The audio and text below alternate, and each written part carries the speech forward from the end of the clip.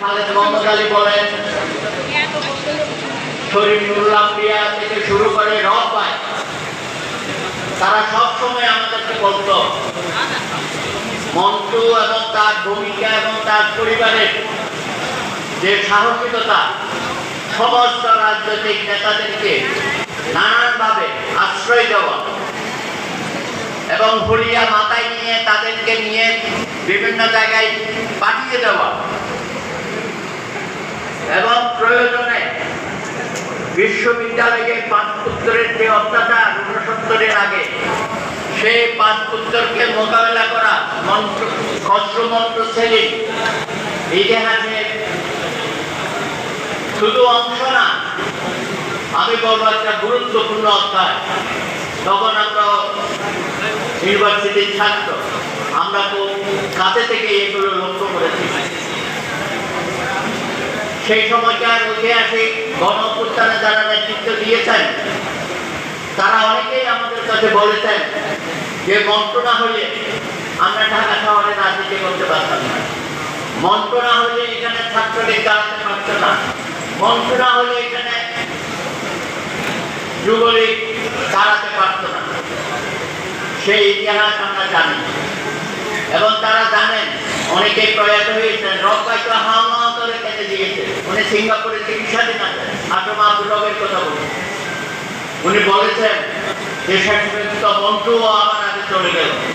কি দুঃখ এবং কি বেদনা, তারা এখনো জীবিত আছেন। মন্টু ভাইকে আমরা পেয়েছি তখন তিনি রাজনৈতিক অঙ্গনের একজন উজ্জ্বল নক্ষত্র, জাতীয় নেতা হিসাবে তিনি নেতৃত্ব দিয়েছেন। আওয়ামী লীগের সাথে নানান বিষয়ে মতদ্বন্দ্বের কারণে উনি আওয়ামী লীগ থেকে বের হয়ে এবং ডক্টর কামাল হোসেনের একই অবস্থা, তারা আওয়ামী লীগে থাকতে পারে না। সে এক বিরাট ইতিহাস। ডক্টর কামাল হোসেন সহ তৎকালীন রাজনৈতিক অঙ্গনের যারা অত্যন্ত বিদগ্ধজন ছিল বিভিন্ন রাজনৈতিক দলের, সকলে মিলে 1993 সনে গণফোরাম প্রতিষ্ঠা করেন।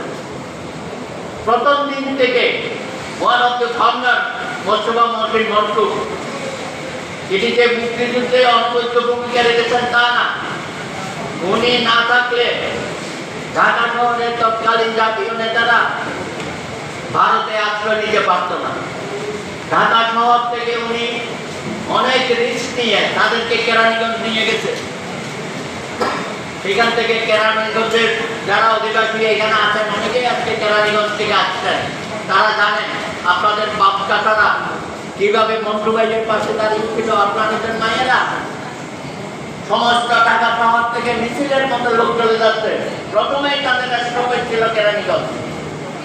তাজউদ্দিন আহমেদ সহ অনেক জাতীয় নেতা মন্টু ভাইয়ের সাহায্য সহযোগিতা নিয়ে পরবর্তী পর্যায়ে ভারতবর্ষে চলে গেছেন।